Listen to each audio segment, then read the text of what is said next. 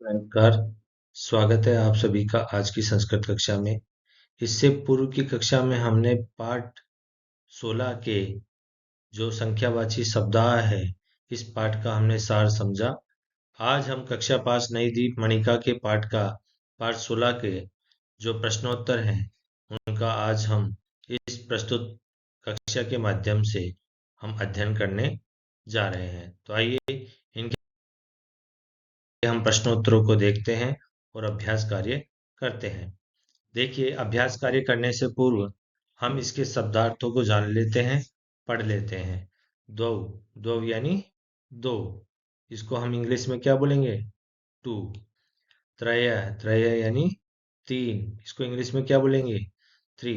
चत्वारः यानी चार, इंग्लिश में क्या बोलेंगे? फोर। खगः, खगाः यानी अनेक पक्षी यानी बर्ड्स।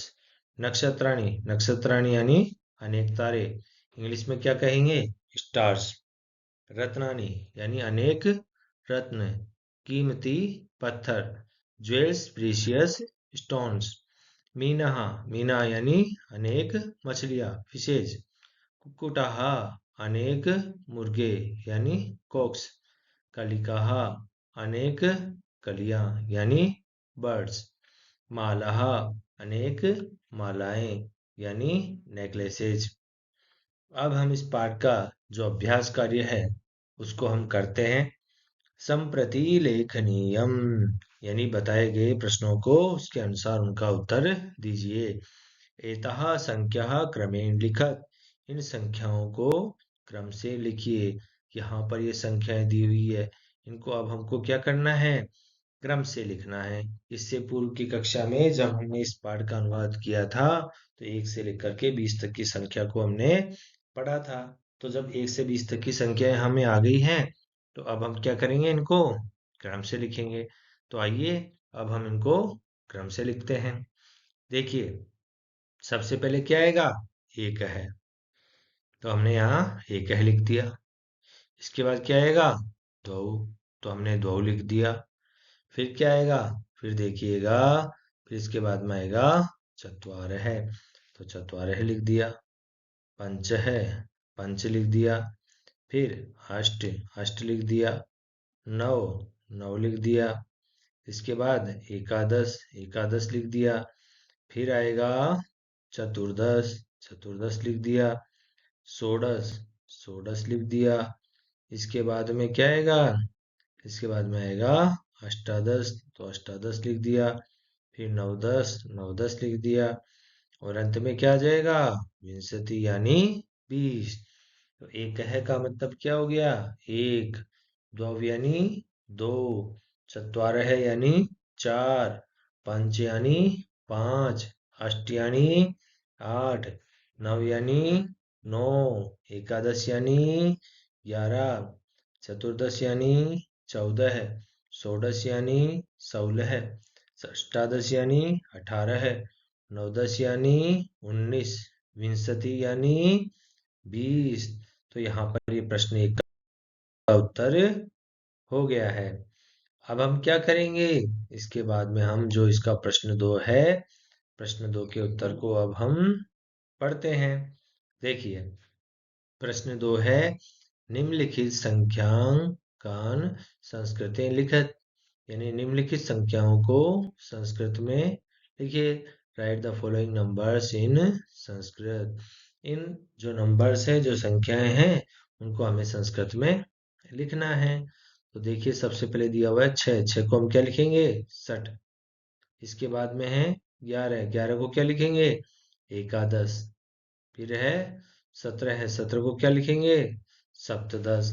तो इस तरीके से जो है इन प्रश्नों के उत्तर हमें देने हैं। तो आइए आगे की संख्याएं देख लेते हैं। फिर है 10, 10 को हम क्या लिखेंगे? 10। 13 है यानी त्रयोदश। 20 यानी विंशति। तो इस प्रकार से हमें इन संख्याओं को लिखना है और प्रश्नों के उत्तर देना है। 1 से 20 तक की किसी प्रकार की कोई संख्या आती है, तो हम उनको इस प्रकार से आसानी से उसका उत्तर देख सकते हैं। क्रियाकलाप है, विषय संवर्धन, यानी यहाँ पर अब गतिविधि दी हुई है, एक्टिविटी दी हुई है। विभिन्न संख्याकों के अनुसार छात्रों से संचिका में चित्र बनवाएं या चिपकवाएं। उन्हें कहें कि उन संख्याओं को संस्कृत में भी लिखें। इस प्रश्न को आप छात्रों को दीजिए और उनको ये एक्टिविटी करने के लिए बताएं कि कोई भी जो चित्र है 1 से 20 तक की अंकों का वो अपनी पाठ्य पुस्तक में लगाएं और उनकी गणना करें। देखिएगा इसी प्रकार से अलग-अलग छात्रों को अलग-अलग संख्यांक देकर उनसे पुल्लिंग, स्त्रीलिंग और नपुंसकलिंग को वस्तुओं के चित्र संचिका में बनवाइए। जैसे कोई कोई हमने पुल्लिंग का दे दिया, कोई स्त्रीलिंग का दे दिया, कोई नपुंसकलिंग का दे दिया और उनसे बनाने के लिए कह दिया। जैसे कहा एक छात्र से कि 5 संख्यांक दे दिया, उसको संस्कृत में क्या कहेंगे? पंच कहेंगे।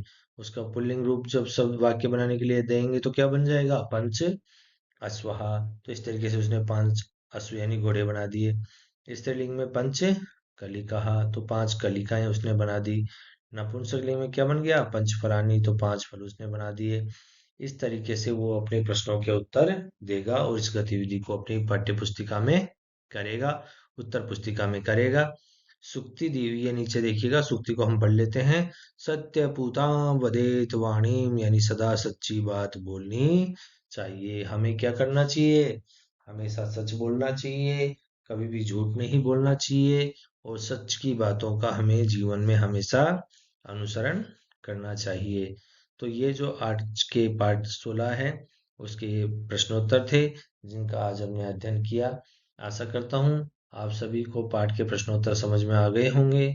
फिर भी कहीं आपको किसी प्रकार की कोई समस्या हो तो आप हमें कमेंट बॉक्स में लिख करके जरूर बताएं। मिलते हैं इससे अगली कक्षा में। धन्यवाद।